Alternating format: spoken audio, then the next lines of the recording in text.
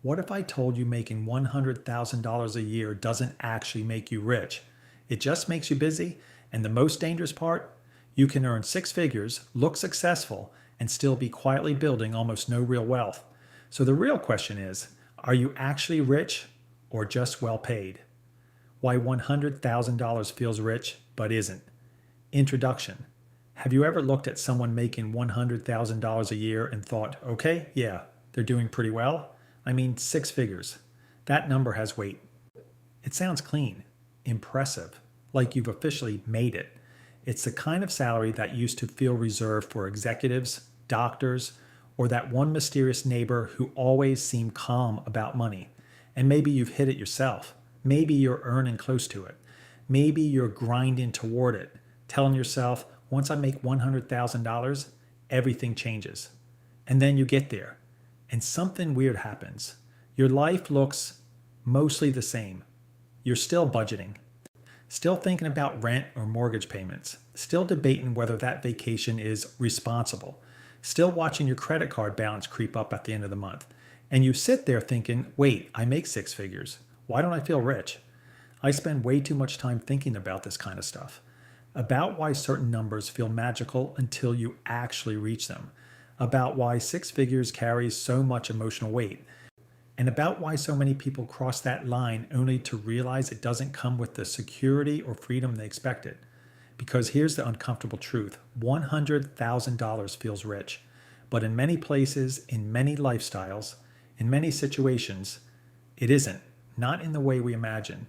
And if you really understand why $100,000 feels bigger than it actually is, psychologically, culturally, mathematically, you'll stop chasing it as a finish line and start seeing it for what it really is: a middle milestone, a stepping stone, a powerful tool, but not the castle.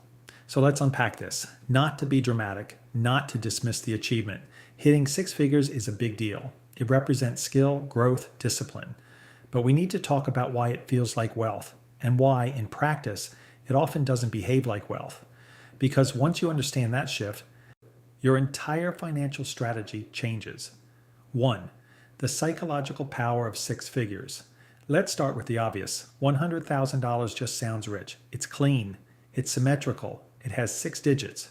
There's something almost ceremonial about crossing from $99,999 to $100,000. Like you've entered a new financial caste system. Why? Because round numbers trigger our brains in weird ways. Think about it. If someone said they make $97,842, you'd think, okay. But if they say, I make six figures, suddenly it carries prestige. We attach identity to numbers. For decades, $100,000 was positioned as the goal. Movies, TV shows, financial advice, it all reinforced the idea that six figures meant success. And historically, it kind of did. In the 1990s, earning $100,000 was genuinely upper middle class in most of America. Housing was cheaper, college tuition was lower, healthcare costs were smaller, inflation hadn't eaten away at the edges yet. But here's the thing we rarely internalize.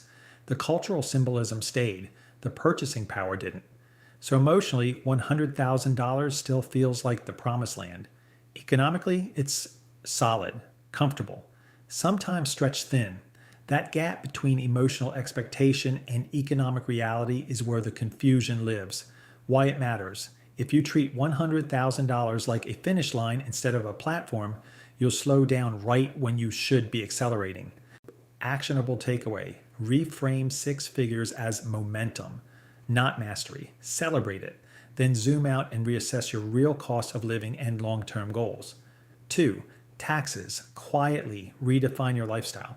Let's get uncomfortably practical for a second. You make $100,000. That's not what you keep. After federal taxes, state taxes, if applicable, Social Security, Medicare, maybe health insurance premiums, maybe retirement contributions, you might actually take home something like $65,000 to $75,000. And that's before rent or mortgage, before groceries, before car payments, before daycare, before student loans. Suddenly, that six-figure headline number starts shrinking. It's like ordering a giant meal at a restaurant because the picture looks massive. and then realizing half of it is garnish. I remember running the math for the first time on a hypothetical $100,000 salary years ago and thinking, oh, that's different. Not bad, not terrible, just smaller than expected. And when you layer in high cost of living cities, it compresses even more. In New York, San Francisco, Seattle, Boston, $100,000 can feel borderline average. You're not struggling, but you're not floating either. Why it matters. When your expectations are based on gross income, but your lifestyle is funded by net income, disappointment creeps in. Actionable takeaway: always think in after-tax terms. If your goal is $100,000 because you think it unlocks a certain lifestyle, calculate the net version of that lifestyle. 3. Lifestyle inflation moves with you. Here's where it gets subtle. When you earn $50,000, you imagine that $100,000 doubles your life. But when you earn $100,000, your life doesn't double. It upgrades. Maybe you move to a nicer apartment. You get a newer car. You stop checking every grocery price. You travel slightly more comfortably. None of those are bad, but they expand quietly, and lifestyle inflation is sneaky because it feels earned. You worked hard. You got the raise. Of course you deserve better furniture. Of course you deserve a more reliable car. And you do. But here's the trap. Your expenses grow in proportion to your income. So your financial stress doesn't disappear. It just scales. It's like running on a treadmill that subtly speeds up every time you get stronger. You're moving forward, but you're not getting ahead. I've watched people go from $60,000 to $100,000 and still live paycheck to paycheck. Not because they're reckless, because their lifestyle rose to meet their income. Why it matters. If your spending expands to match your salary, you'll never feel rich, no matter how many zeros you add. Actionable takeaway. When your income rises, pre-decide how much of the increase goes to your future instead of your lifestyle. Make it automatic before comfort absorbs it. 4. $100,000. Is income not wealth? This one's big. Income feels powerful. Wealth is quiet. When someone says they earn $100,000, it sounds impressive. But income is a flow. It comes in, it goes out. Wealth is a stock. It sits. It compounds. It protects you. You can earn $100,000 and have a net worth of $10,000. You can earn $60,000 and have a net worth of $400,000. Those two lives feel very different. Income pays for your present. Wealth buys your future. And here's the shift most people miss. Earning six figures doesn't automatically mean building wealth. If your cost of living is $85,000 and you're saving $5,000 a year, you're not compounding aggressively. At that pace, wealth grows slowly. So $100,000 feels rich because of status, but it doesn't behave like wealth unless you convert it into assets. Why it matters. If you define richness by income instead of net worth, you'll chase salary instead of ownership. Actionable takeaway. Track your net worth, not just your salary. Ask, how much of my six-figure income is turning into long-term assets? 5. Social comparison warps reality. Here's another layer. At $50,000, you compare yourself to people making $80,000. At $100,000, you compare yourself to people making $200,000. Comparison scales upward. And social media makes it worse. You see entrepreneurs posting about $500,000 years.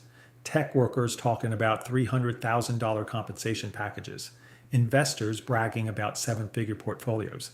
Suddenly, six figures doesn't feel extraordinary. It feels average, even if it objectively isn't.